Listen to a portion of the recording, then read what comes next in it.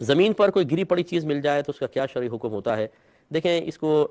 مطلب فقہی اصطلاح میں لقطہ کہتے ہیں، لقطہ مینس پڑی ہوئی، اور اگر لقیط کہیں تو یہ پڑا ہوا جو بچہ ملتا ہے نا، اس کو لقیط کہتے ہیں، اور عام چیز کوئی ہوتی ہے تو اس کو لقطہ کہا جاتا ہے۔ یہ لقطہ کا شرعی حکم یہ ہے کہ اگر آپ مسلم کنٹری میں ہیں اور آپ کا غالب گمان ہے کہ مسلمان کا ہے، تو پھر یہ ایک امانت ہے مسلمان بھائی کی۔ اگر آپ اپنی ملک بنانے کی نیت سے اس کو اٹھائیں گے تو سمجھ لیجئے کہ کسی مسلمان کا مال آپ اپنے قبضے میں لینے کے لیے اٹھا رہے ہیں، اس کی اجازت کے بغیر، یہ حرام اور گناہ ہوگا۔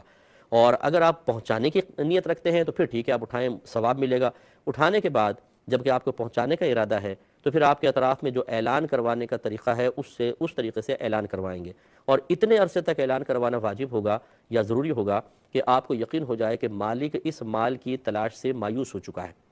جب آپ کو یقین حاصل ہو جائے، اور یہ مالیت کے اعتبار سے مختلف ہوگا، اگر 100 روپے ملے ہیں کتنی دیر تلاش کرے گا، 5,000 کا نوٹ ہے تو مالک کتنا تلاش کرے گا، سونے کا سیٹ ملا ہے تو کتنے عرصے تلاش کرے گا یہ آپ اندازہ کر سکتے ہیں۔